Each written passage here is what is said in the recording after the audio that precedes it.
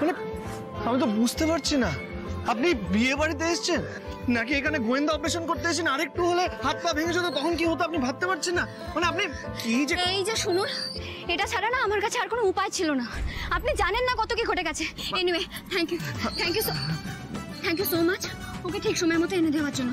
আমি জানি আপনি দিনে হাজারটা গন্ডগোলের কাজ করেন, আপনি হলেন মিস্টার গন্ডগোল, কিন্তু এই প্রথমবার আপনি একদম কোনো ঠিক কাজ করলেন। আপনি না থাকলে সত্যি ওকে সময় মতো আমরা এখানে নিয়ে আসতে পারতাম না। শ্রী, রনি কোথায়? আমি জানি না, আমাকে তো একটা রুমে আটকে রেখেছিল। এতক্ষণের মধ্যে বিয়ে শুরু হয়ে গেছে, এক্ষুনি চল। আরে আরে আটকে রেখেছিল? আমারও ভেতরে যাওয়া উচিত। ম্যানেজার ম্যাডামকে বিপদের মুখে ছেড়ে আমি অন্তত যেতে পারবো না।